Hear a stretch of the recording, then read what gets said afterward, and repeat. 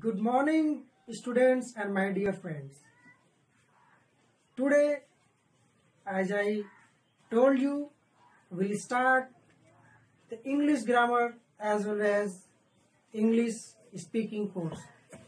तो दोस्तों, मैंने जैसा आपको बताया था कि अगर आपको इंग्लिश ग्रामर या स्पीकिंग में समस्या है तो मैं कंबाइंड कोर्स आज से शुरू करूंगा। तो मैंने बताया था कि जो सबसे जरूरी चीज है वो इंग्लिश में टेंस है और उसको सीखने के लिए हमें वर्ब की जरूरत पड़ती है। तो चलिए आज हम शुरू करते हैं। जो सबसे जरूरी चीज है इंग्लिश में वो है टेंस। तो टेंस को आज हम लोग स्टार्ट करते हैं। तो चलिए आपको हम बताते हैं कि टेंस क्या होता है। What is tense? Tense that express the time. Tense मतलब काल, इसका हिंदी होता है। तो टेंस वो होता है जो हमें समय बताता है। तो एज ए डिफिनेशन या परिभाषा के तौर पे हम लोग कह सकते हैं the tense express the time. तो ये टेंस जो होता है वो कितने प्रकार का होता है या जो काल होता है वो कितने प्रकार का होता है। तो टेंस मेनली 3 प्रकार के होते हैं, present tense, past tense and future tense. अब हम बात करेंगे कि क्या उसके अलावा भी टेंस हो सकते हैं। तो टेंस उसके अलावा नहीं होते हैं, लेकिन हाँ हर टेंस की जो है वो 4 प्रकार होते हैं। तो कौन कौन से वो प्रकार है? प्रेजेंट टेंस के फिर 4 भाग होते हैं। प्रेजेंट इंडिफिनिट, जिसको हम सिंपल प्रेजेंट बोलते हैं। प्रेजेंट कंटिन्यूअस टेंस, जिसे हम वर्तमान काल का प्रेजेंट कंटिन्यूअस टेंस बोलते हैं। उसके बाद प्रेजेंट परफेक्ट टेंस होता है और प्रेजेंट परफेक्ट कंटिन्यूअस। उसके बाद आता है पास्ट टेंस। इसके भी ऐसे ही 4 भाग होते हैं, past indefinite, past continuous and past perfect. And the fourth one is, जो चौथा है वो पास्ट परफेक्ट कंटिन्यूअस। ऐसे ही फ्यूचर में भी 4 भाग होते हैं, future indefinite tense, future continuous tense, future perfect tense, future perfect continuous tense. मैं आप लोग को ये क्यों बता रहा हूं? क्योंकि हम जो चीजें सोचते हैं वो केवल यही जो 12 टेंस है इसी में हम लोग सोचते हैं। इसके अलावा हम लोग कोई भी काल में या कोई भी समय में सोच नहीं सकते हैं। तो प्रेजेंट टेंस होता है वर्तमान काल, इसको हम लोग बोलते हैं वर्तमान काल। और जो पास्ट टेंस होता है इसको हम लोग बोलते हैं भूतकाल। और जो फ्यूचर टेंस होता है इसको हम लोग बोलते हैं भविष्यकाल। भविष्य काल। तो हमारा जो प्रेजेंट टेंस होता है वो वर्तमान काल होता है, मतलब जो कार्य अभी हो रहा है, जो भी चीजें अभी हो रही हैं वर्तमान समय में, उसको हम लोग वर्तमान काल में काउंट करते हैं। या जो चीजें अभी हो रही हैं वो कौन से टेंस में होती हैं? प्रेजेंट टेंस में। पास्ट टेंस क्या होता है? पास्ट टेंस का मतलब होता है जो चीजें बीत चुकी हैं। जैसे राम गया, वह विद्यालय जा रहा था। तो ये सब चीजें होती हैं जो बीत चुकी हैं, उसको हम बोलते हैं पास्ट टेंस में। उसके बाद आता है फ्यूचर टेंस। तो फ्यूचर टेंस क्या होता है? जो भी चीजें होने वाली होती हैं, भविष्य में जो चीजें होने वाली होती है उसको हम किस में लेते हैं? फ्यूचर टेंस में, भविष्य काल में। जैसे कि वह जा रहा होगा, वो खाना खाएगा, वो 4 घंटे से पढ़ रहा होगा, वो जा चुका होगा। तो ये सब जो चीजें होती हैं फ्यूचर टेंस में आती है। फिर इसके बाद जो 4 भाग होते हैं इसके बारे में हम लोग डिटेल स्टडी करेंगे। इसके बाद मैं आपको ये पूरा उम्मीद से कहता हूं कि अगर आप ये 12 टेंस में जितने भी प्रकार के वाक्य होते हैं, जितने भी प्रकार के सेंटेंस होते हैं, अगर ये आप बनाना सीख गए तो आप ट्रांसलेशन का 50% भाग कवर कर ले जाएंगे। अगर आपने टेंस बनाना सीख लिया तो आप ट्रांसलेशन का 50% भाग कवर कर ले जाएंगे। तो आप लोग इसका एक स्नैपशॉट ले लीजिए ताकि आपको यह फ्यूचर में काम करे। तो ये जो काल है ये हमने आपको बताया है। टेंस में सबसे पहले हम लोग शुरू करते हैं प्रेजेंट टेंस। हम लोग शुरू करेंगे प्रेजेंट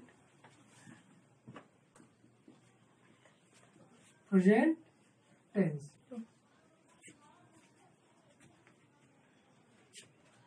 प्रेजेंट टेंस में जैसा कि मैंने बताया कि जो इसका पहला टाइप है पहले मैं प्रेजेंट टेंस का आपका सिम्टम्स बता देता हूँ, इसकी जो है पहचान क्या है, हम कैसे जानेंगे कि प्रेजेंट टेंस क्या होता है। तो जो प्रेजेंट टेंस है इसका जो सिम्टम्स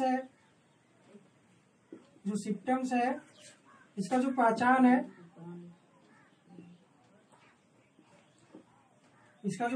है, कि प्रेजेंट टेंस के वाक्य के अंत में है आएगा, है। जैसे वो जा रहा है, वो जाता है, वो जा चुका है, वो जा रहा है, वो 4 घंटे से जा रहा है। तो है या हूं या हो, जैसे जा रहा है, जा रहा हूं, जा रही हूं, जा रहे हो, जा रहे हो, तो जा रहे हैं, तो ये सब आता है। तो उसका हम लोग जानते हैं कि क्या है, प्रेजेंट टेंस है। अब हम इसके बाद बात करेंगे कि जो हमारा प्रेजेंट टेंस में जो पहला हमने बताया आपको कि प्रेजेंट टेंस में सिंपल प्रेजेंट जो होता है, या इसको हम बोलते हैं प्रेजेंट इंडेफिनिट, सिंपल प्रेजेंट,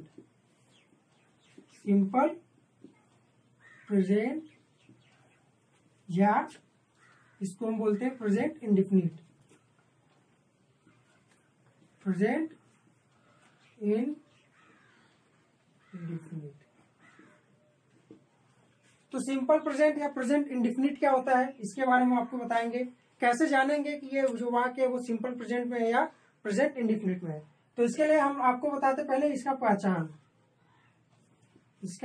पहचान या इसका सिम्टम्स।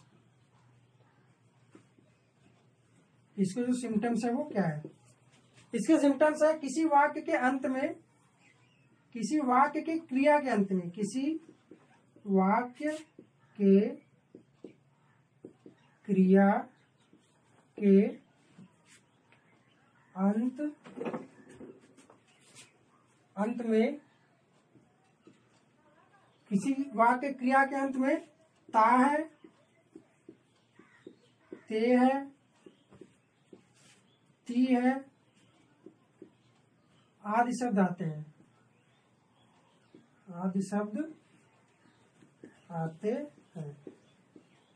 तो देखिए इसके जो पहचान है उसको क्या है, किसी वाक्य के क्रिया के अंत में ता है, ते है, ती है आदि शब्द आते हैं। तो हम लोग क्या जानेंगे कि ये जो हमारा टेंस है वो क्या है, सिंपल प्रेजेंट टेंस है या प्रेजेंट इंडेफिनिट टेंस है। इसमें जो हमारा काम है वो इंडेफिनिट काल से वो चलता आता है। जैसे कि राम खाता है, सीता जाती है, वह गाता है, हम पढ़ते हैं, मैं खेलता हूं। तो इसका जो सेंटेंस है उसके वाक्य, इसका जो पहचान है कि वाक्य अंत में ता है, ती है और ते आएगा। जैसे मैं फॉर एग्जाम्पल आपको ले लेता हूं, फॉर एग्जाम्पल आपके लिए एग्जाम्पल अभी आपको मैं बता रहा हूं। अभी इसका मैं बताऊंगा कि ट्रांसलेशन कैसे होता है। तो आप लोग जल्दी मत करिए, आपको मैं एक बेसिक नॉलेज से लेके चल रहा हूं, आपको मैं शुरू से लेके चल रहा हूं कि कैसे समझेंगे फिर कैसे बनाएंगे। पहले हमको समझना है फिर हम उसको करेंगे। समझना जरूरी है पहले, फिर उसको हम सीखेंगे और फिर करेंगे। तो एग्जाम्पल जैसे राम जाता है, राम जाता है, सीता गाती है, सीता गाती है। इसमें एक और है कि मैं ता हूं। जैसे मैं जब बात करूंगा अपने लिए तो इसमें एक आता है ता हूं। तो जैसे सीता गाती है, मैं पढ़ता हूं, मैं पढ़ता हूं, वे खेलते हैं, वे खेलते हैं, खेलते हैं। तो ये सब जो है देखिए हम बताया क्या पहचान। जैसे पहले आपको जानना तो होगा कि नहीं, मैं नियम बता दूंगा कि ट्रांसलेशन ऐसे होता है और आप लोग को पता ही नहीं रहेगा कि क्या किसका ट्रांसलेशन होता है। तो मैं बता रहा हूं पहले किसका ट्रांसलेशन करना है, फिर कैसे करना है वो मैं बताऊंगा। तो किसका ट्रांसलेशन करना है, प्रेजेंट इंडेफिनिट का। कैसे जान देंगे, उसके वाक्य के अंत में ता है, ती है, ते है, तू है, मतलब आएगा ता हूं। तो देखिए राम जाता है, ता है लास्ट में, सीता गाती है, ती है लास्ट में, मैं पढ़ता हूं, ता हूं है लास्ट में, वे खेलते हैं, ते है लास्ट में। तो इससे हम जानेंगे कि जो हमारा ये सेंटेंस है, जो हमारा वाक्य है वो किस टेंस में है, प्रेजेंट इंडेफिनिट या सिंपल प्रेजेंट में। तो हम लोग जान लिए कि ये कौन सा टेंस है, सिंपल प्रेजेंट या प्रेजेंट इंडेफिनिट। अब आप इसको चाहे तो नोट कर लीजिए या स्नैपशॉट लीजिए, आप बाद में इसको नोट्स में बना के अपने रख लीजिएगा, ताकि ताकि आपको पता चले कि कैसे करना है। ठीक है, तो चलिए आपने इसको स्नैपशॉट ले लिया होगा। अब बताता हूँ कि इसका क्या स्ट्रक्चर है और हम लोग इसको कैसे बनाएंगे। तो चलिए मैं इसको मिटा देता हूं।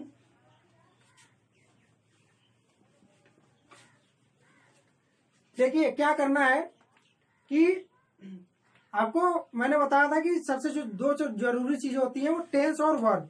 तो आप वर्ब का जो लर्न करने का जो प्रोसेस है वो स्टार्ट कर दीजिए। रोज आप लोग कम से कम 10, 20, 30 जितना मैक्सिमम हो सके उतना वर्ब याद कीजिए, उतना जो है क्रिया याद कीजिए। क्रिया क्या होता है? जो भी काम हम लोग करते हैं, जो भी काम होता है वो क्या होता है? क्रिया। वो वर्ब होता है। जो भी काम करते हैं उसको वर्ब बोलते हैं या क्रिया बोलते हैं। तो हमने बताया आपको कि सिंपल प्रेजेंट का हम लोग शुरू करेंगे। तो सिंपल प्रेजेंट में पहले हम लोग सिंपल प्रेजेंट या प्रेजेंट इंडेफिनिट। तो सिंपल प्रेजेंट में हम लोग पहले जानेंगे कि हम लोग कितने प्रकार से सब वाक्यों को लिखते हैं, सेंटेंस को। तो सिंपल प्रेजेंट में पहले या किसी भी टेंस में हम लोग पहले कैसे डिवाइड करके पढ़ेंगे देखते हैं। पहले हम लोग पढ़ेंगे अफर्मेटिव सेंटेंस। क्या पढ़ेंगे? Affirmative sentence. अफर्मेटिव सेंटेंस हम लोग पढ़ेंगे पहले सिंपल प्रेजेंट में। अफर्मेटिव सेंटेंस क्या होता है कि ये सकारात्मक वाक्य होता है। इसमें नहीं या क्या या पूछने वाला प्रश्न नहीं होता है। ये क्या होता है? हमारा सकारात्मक वाक्य किसको बोलते हैं? सकारात्मक वाक्य। और दूसरा जो हम लोग पढ़ते हैं वो होता है निगेटिव सेंटेंस। क्या होता है? Negative sentence. इसमें नकारात्मक वाक्य होता है। जैसे एक एग्जांपल में इसमें सकारात्मक का आपने देखा है, जैसे मैंने बताया कि हम खेलते हैं, वो जाता है, हम पढ़ते हैं, तो ये क्या होता है? सकारात्मक। इसको हम बोलते हैं अफर्मेटिव। दूसरा होता है निगेटिव सेंटेंस। इसको हम बोलते हैं नकारात्मक। नकारात्मक वाक्य। ये क्या होता है? नकारात्मक वाक्य। जैसे ये होता है प्रेजेंट टेंस में ही, लेकिन इसमें क्या लग जाता है? नहीं लग जाता है। क्या लग जाता है? नहीं। इसमें हम लोग नहीं लगा देते हैं। ये हम लोग नहीं इसमें लगा देते हैं। तो ये हमारा हो जाता है नकारात्मक। कैसे? जैसे फॉर एग्जाम्पल हम लोग कहते हैं कि राम विद्यालय नहीं जाता है। राम विद्यालय नहीं जाता है। नहीं जाता है। राम विद्यालय नहीं जाता है। सीता गाना नहीं गाती है। सीता गाना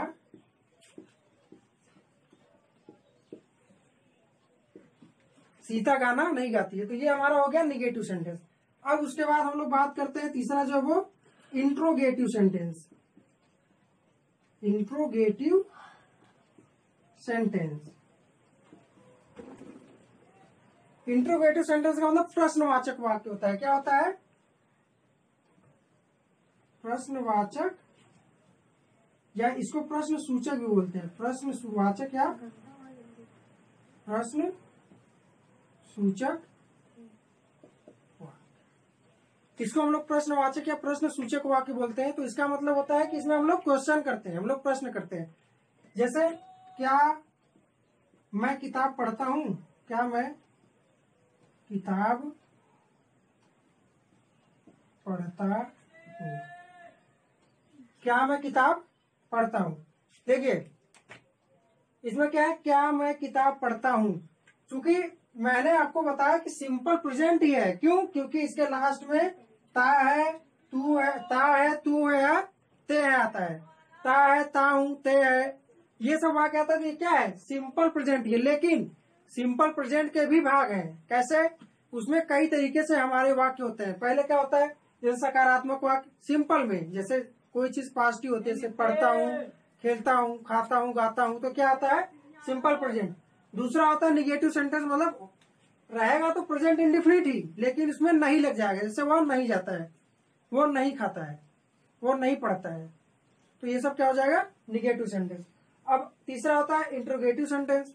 इंट्रोगेटिव मतलब प्रश्नवाचक। इसमें हम लोग कुछ पूछते हैं, जैसे वो क्या पढ़ता है, क्या मैं खाता हूँ, क्या मैं जाता हूँ। तो देखिए थोड़ा आप रिलैक्स होइए। देखिए आप लोग सोच रहे होंगे कितना इसमें भाग हो रहा है, तो कुछ नहीं है।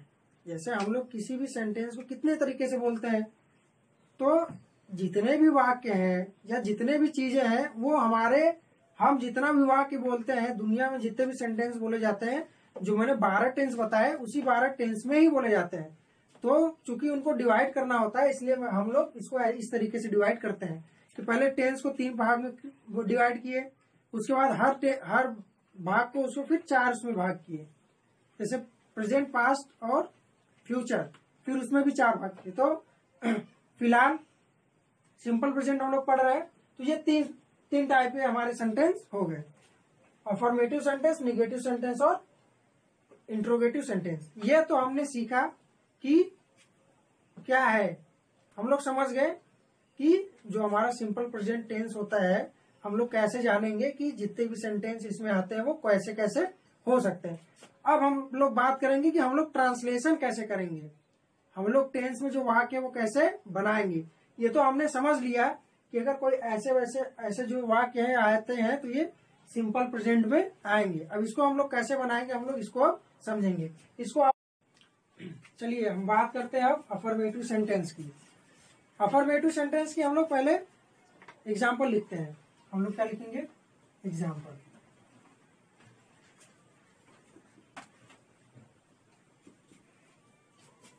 एग्जाम्पल में पहला हम लिखेंगे, जैसे आप लोग अपने मन से सोचिए एग्जाम्पल क्या क्या हो सकता है अफर्मेटिव सेंटेंस में, क्योंकि मैंने बताया कि प्रेजेंट इंडेफिनिट टेंस का अफर्मेटिव सेंटेंस क्या क्या हो सकता है। चलिए देखिए, जैसे राम आम खाता है। और सोचिए, अपने मन से सोचिए, मैं लिख रहा हूं। चलिए दूसरा मैं लिखता हूं, सीता डांस करती है। सीता डांस करती है। चूंकि ये अफर्मेटिव है, इसका एग्जाम्पल इसलिए मैं लिख रहा हूं, और आगे का भी मैं लिखूंगा। और सोचिए, अपने मन से सोचिए। पहले आप लोग सोचना, सबसे पहले मैंने समझाया ना क्या होता है अफर्मेटिव सेंटेंस, तो आप लोग दिमाग में उसको माइंड करिए कि आखिर क्या क्या होता है अफर्मेटिव। अब मैं आगे बात करूंगा, जैसे हम लोग क्रिकेट खेलते हैं। हम लोग क्रिकेट खेलते हैं। और सोचिए, देखिए सोचेंगे तभी समझ आएगा। अब मैंने समझा दिया आपको, अब अपना विवेक यूज कीजिए, अब अपना माइंड यूज कीजिए। और चलिए, तुम लोग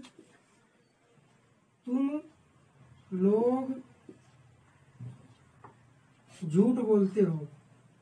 झूठ बोलते हो, तुम लोग झूठ बोलते हो। और क्या हो सकता है, 5वां। चलिए आगे मैं लिखता हूं कि वह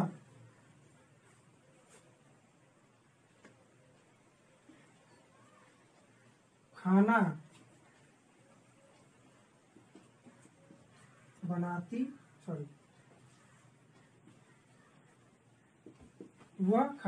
है।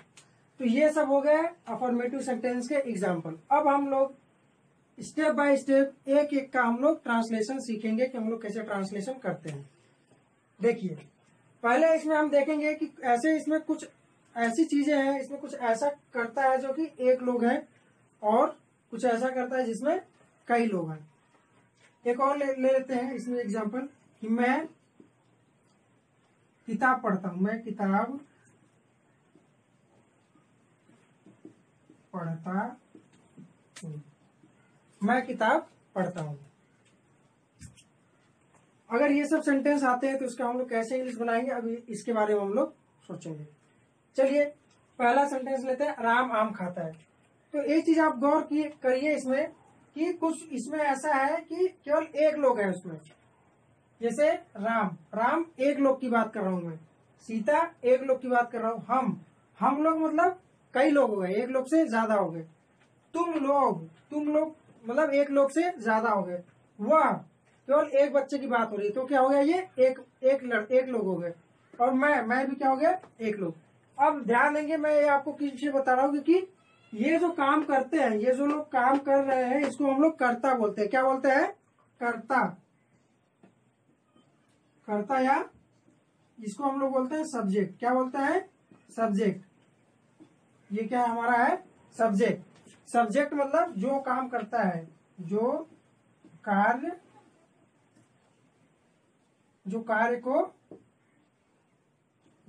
को करता है।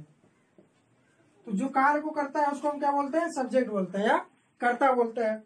तो मैं आप लोग को ये क्यों बता रहा हूं, क्योंकि आगे हम लोग पढ़ेंगे एक वचन कर्ता और बहुवचन कर्ता। तो अब मैं जो आपको पढ़ाने जा रहा हूं, अब बिल्कुल आप ध्यान से इसको सुनिएगा, क्योंकि इतने जो चीजें मैंने समझाई आपको वो किस लिए समझाई, ताकि आप ट्रांसलेशन कर सके। तो अब हम लोग ट्रांसलेशन का पार्ट स्टार्ट करते हैं, क्योंकि हमें पता चल गया कि कौन सा सब्जेक्ट, कौन सा जो सेंटेंस है वो कौन से वाक्य में है और वो कौन सा उसका रूप है। तो अब लोग बात करेंगे अफर्मेटिव सेंटेंस के स्ट्रक्चर के बारे में। अफर्मेटिव सेंटेंस के स्ट्रक्चर के बारे में तो जो उसका ट्रांसलेशन करेंगे इंग्लिश में, उसका सबसे पहले हम उसमें क्या लिखेंगे? सब्जेक्ट। फिर उसमें वर्ब। वर्ब मतलब होता है हमारा क्रिया। क्या होता है? क्रिया। वर्ब मतलब हमारा क्या होता है? क्रिया। इसको मैं हिंदी में एक बार यहाँ लिख देता हूँ। तो हमारा जो स्ट्रक्चर है उसमें पहले कर्ता रहेगा। क्या रहेगा? कर्ता प्लस वर्ब रहेगा। वर्ब मतलब क्रिया प्लस वर्ब के अंत में यस लगेगा या यस लगेगा या नहीं लगेगा, लेकिन किसमें लगेगा ये अभी हम आपको बताएंगे। तो ये यस या यस लगेगा प्लस ऑब्जेक्ट मतलब होता है वो कर्म। क्या होता है? कर्म। तो ये हमारा ये है हिंदी में हमारा ये हमारा नियम है। क्या है? नियम।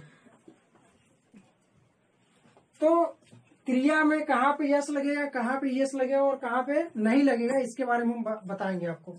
देखिए हमारे जो सिंगुलर सब्जेक्ट है, सिंगुलर सब्जेक्ट मतलब एक वचन करता है, एक वचन करता है। जो भी सिंगुलर सब्जेक्ट है, जैसे ही, सी, इट, या किसी का नेम हो गया, किसी का नेम। ही का मतलब वह, यह लड़कों के लिए होता है, वह लड़का, लड़कों के लिए होता है। मतलब ये आप समझ लीजिए, जो ही होता है इसका मतलब वह होता है, एक वचन है लेकिन वह किसके लिए होता है? लड़कों के लिए। For boys, for boys. और सी का मतलब भी वह होता है। क्या होता है? वह। लेकिन ये किसके लिए होता है? For girls. किसके लिए? फॉर गर्ल्स के लिए होता है।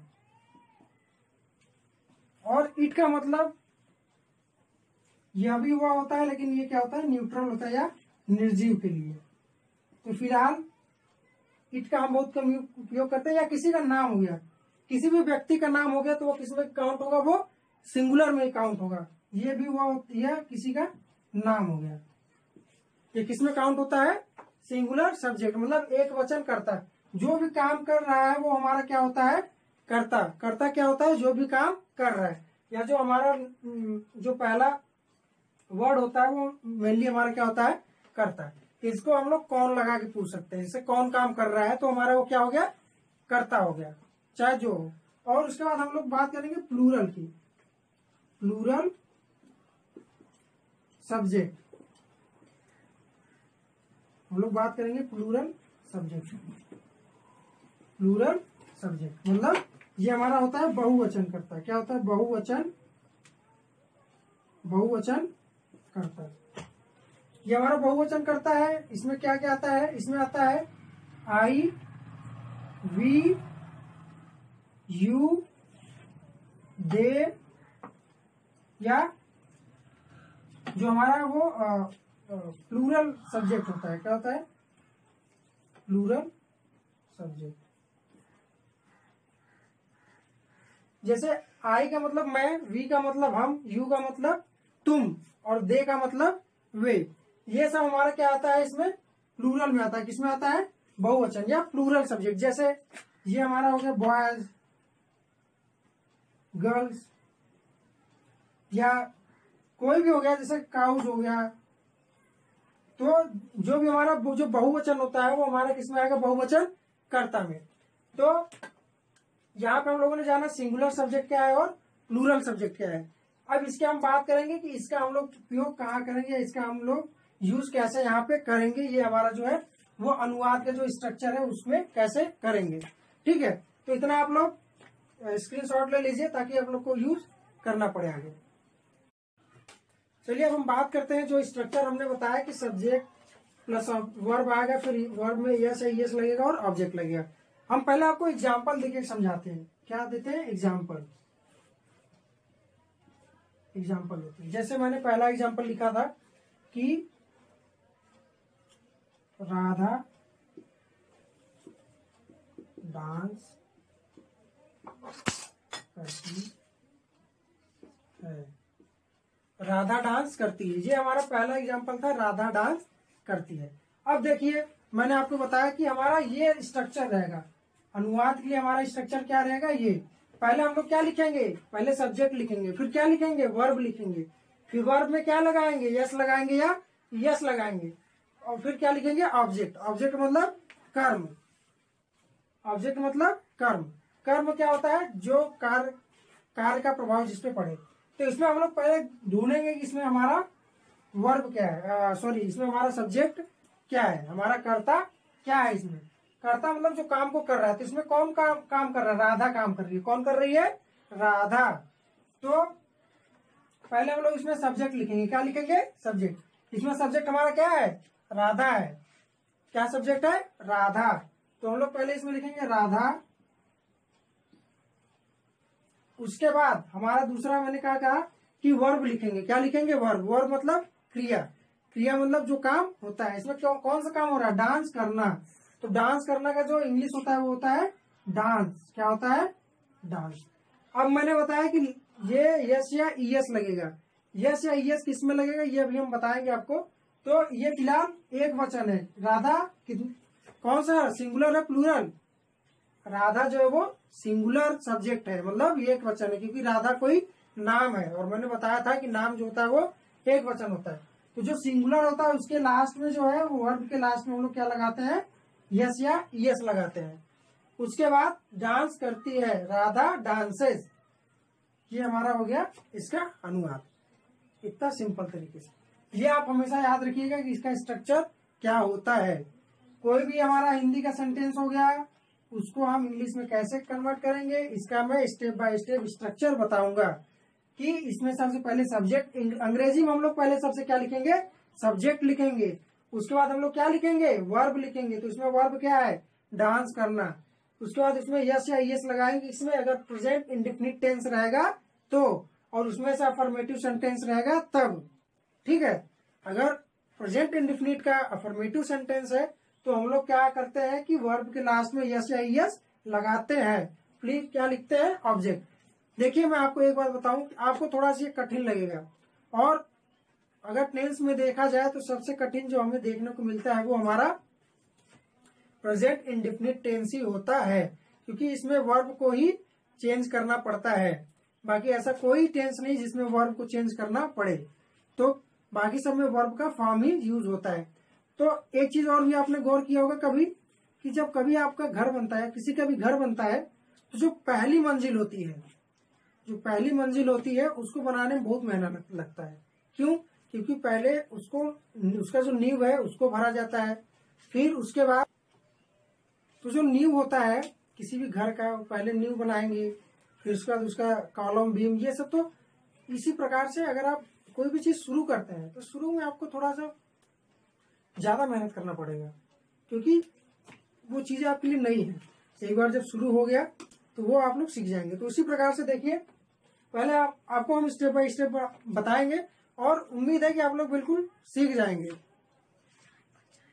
तो चलिए अब हम आपको जो सबसे जरूरी चीज है वो बताते हैं, अनुवाद के नियम। अनुवाद के नियम में सबसे पहले आपको स्ट्रक्चर का जो मैंने बताया उसका फॉलो करना है। जो हमारा मैंने स्ट्रक्चर है,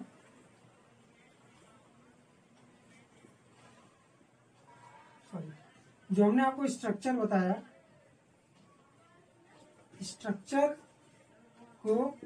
स्ट्रक्चर के अनुसार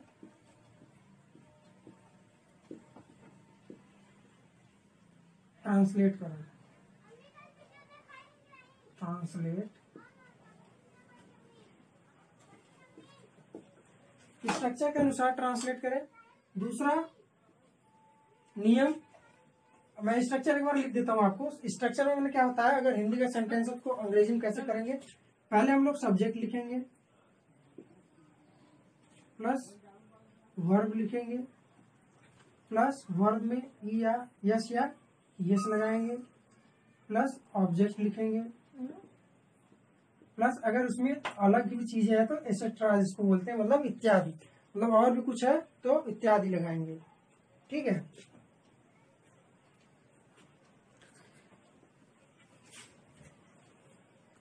ये हमारा हो गया स्ट्रक्चर। चलिए फिर आपको हम बताते हैं कि जो दूसरा अनुवाद का नियम है वो क्या है। दूसरा नियम ये है कि अगर सब्जेक्ट एक वचन हो, जैसे मैंने बताया सब्जेक्ट एक वचन क्या है, एक वचन सब्जेक्ट हमारा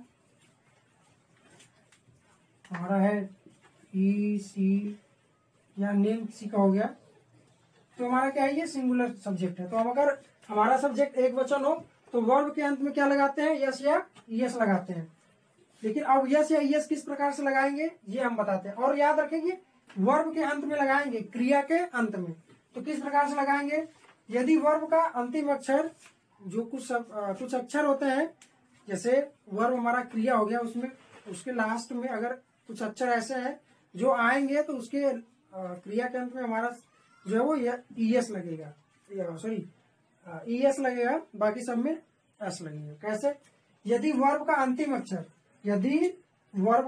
अक्षर एस एच हो, सी एच हो, ओ हो, डबल एस हो या एस हो, जेड हो या एक्स हो, यदि ये सब आए तो सिंगुलर सब्जेक्ट के लिए वर्ब के अंत में ईएस लगाते हैं।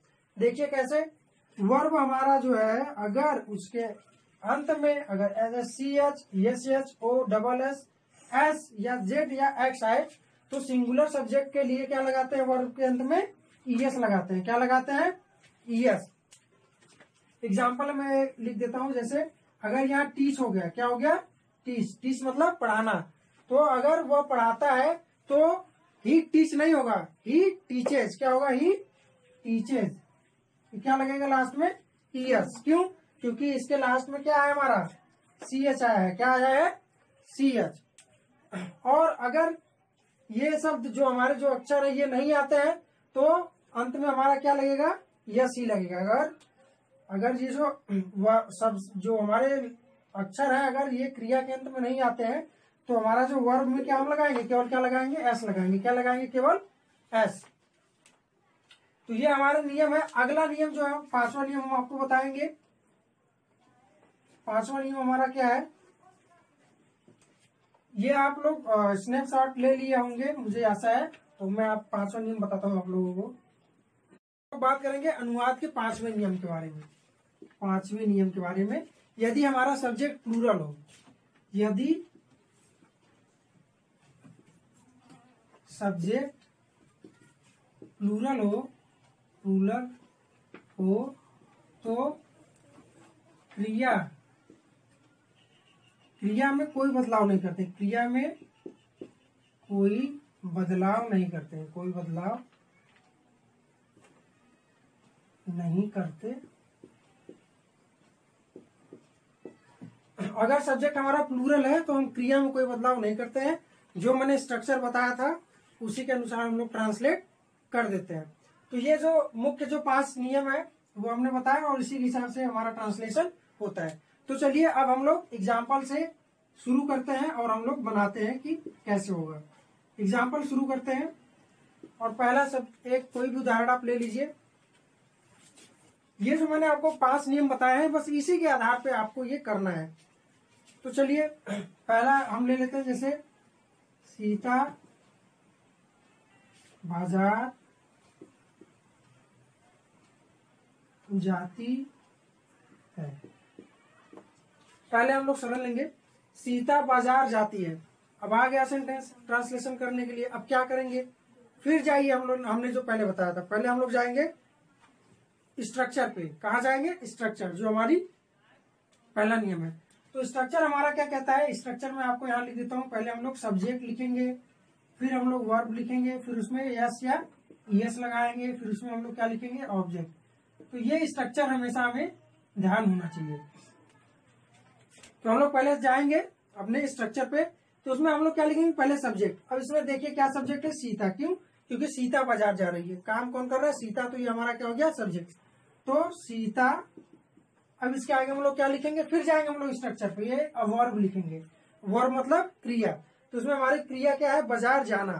सॉरी, हमारा क्रिया क्या है, जाना। जाना ना, जो हम लोग काम करते हैं वही क्रिया होता है। तो हमारा क्रिया क्या है, जाना।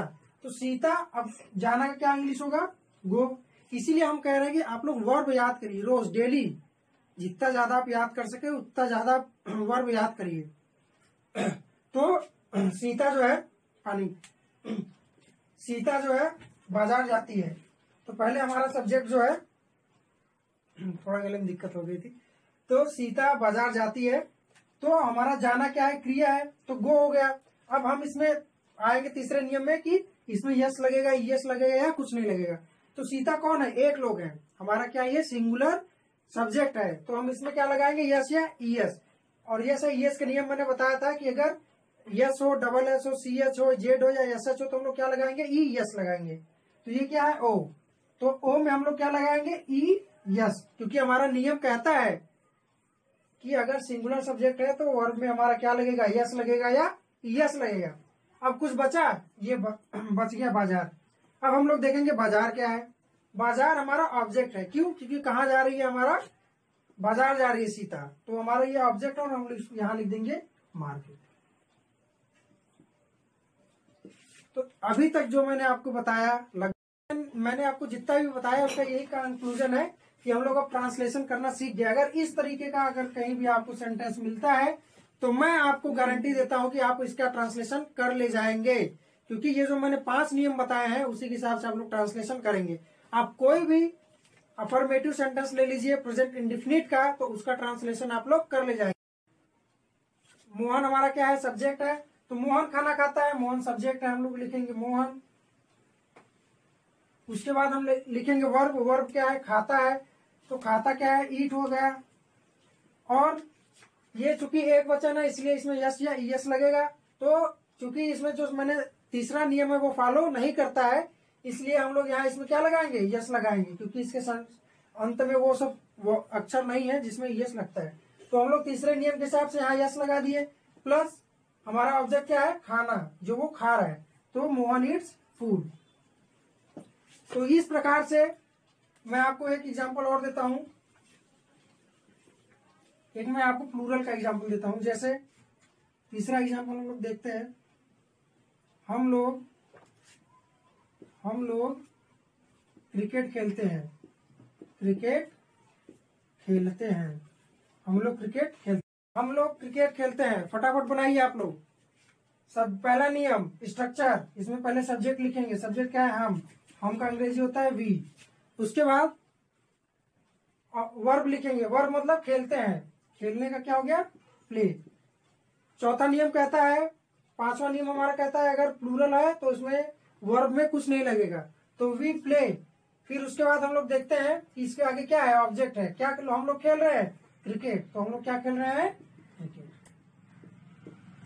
फटाफट आप लोग बनाएंगे, मुझे आशा है। चलिए चौथा एग्जांपल देखते हैं।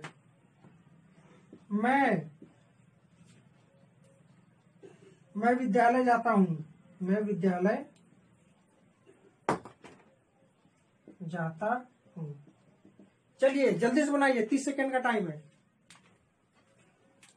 मैं विद्यालय जाता हूं, ट्रांसलेट करके बताइए। मैं विद्यालय जाता हूं, पहले सब्जेक्ट मैं का क्या होगा, आई। जाता हूं, वर्ब पहले हमारा क्या है, जाता हूं। जाने का क्या होगा, गो। पांचवा नियम, ये प्लूरल सब्जेक्ट है तो हम लोग इसमें यस यस नहीं लगाएंगे। कहाँ जाते हैं, विद्यालय। तो क्या हो गया, स्कूल। तो आई गो, सॉरी यहाँ टू लगेगा, आई गो टू स्कूल। तो ये हमारा हो गया। और मुझे आशा है कि आप अब अफर्मेटिव सेंटेंस प्रेजेंट इंडेफिनिट का आप लोग बना ले जाएंगे, आप लोग को कोई दिक्कत नहीं होगी। तो ये सारे आप अपने से प्रैक्टिस करिए, जितना आप सेंटेंस बना सके प्रेजेंट इंडेफिनिट में अफर्मेटिव उतना बनाइए और उतना ट्रांसलेशन करिए। आप प्रैक्टिस करिए, डेली रूटीन लिखिए। शुरू से कहता आ रहा हूँ, अभी भी कह रहा हूँ, मेरा जो 2 नियम है, पहला आप लोग टेंस सीखिए, उसके लिए आप लोग वर्ब ज्यादा से ज्यादा याद करिए। और स्पीकिंग के लिए आप लोग डेली रूटीन लिखिए। डेली रूटीन क्या लिखना है, जैसे अभी तो मैंने आपको प्रेजेंट इंडिफिनिट बताया है, उसमें अफर्मेटिव बताया है, तो आप लोग अफर्मेटिव की प्रैक्टिस कीजिए। डेली रूटीन में आप लोग अफर्मेटिव लिखिए। शुरू से सुबह से उठ के शाम तक आपने जो भी काम किया, जैसे मैं सुबह उठता हूँ, मैं सुबह उठता हूँ, I wake up in the morning, मैं फ्रेश होने जाता हूँ, या मैं ब्रश करता हूँ, आई ब्रश माई टीथ, उसके बाद मैं नाश्ता करता हूँ, आई टेक माई ब्रेकफास्ट, उसके बाद मैं नहाता हूँ, आई टेक माई बाथ, मैं कपड़े पहनता हूँ, आई टेक क्लॉथ्स, मैं गाना गाता हूँ, आई सिंग अ सॉन्ग। उसके बाद फिर अपने घर वालों के लिए लिखिए, अपने भाई के लिए लिखिए कि my brother sing a song, my mother. दोस्तों के लिए लिखिए कि जैसे वे लोग क्रिकेट खेलते हैं तो लिखिए कि दे प्ले क्रिकेट। ये सारा जो नियम है मैंने आपको ये 5 नियम में इंक्लूड कर दिया। मैंने जो भी आपको बताई अभी तक चीजें, मैंने आपको 5 नियम में ये सब चीजें बता दी। तो स्पीकिंग का आज मैं थोड़ा वीडियो बड़ा हो रहा है, इसलिए स्पीकिंग में कल से स्टार्ट करूंगा। लेकिन आप लोग ये काम करिए कि अपने से प्रैक्टिस करिए और अपना डेली रूटीन लिखने की कोशिश करिए। इसी के साथ अगर आप मेरे चैनल पर नए हैं तो हमारे चैनल को सब्सक्राइब करें और लोगों तक शेयर करें, ताकि जल्दी से जल्दी आप लोग अंग्रेजी सीख पाए। Thank you.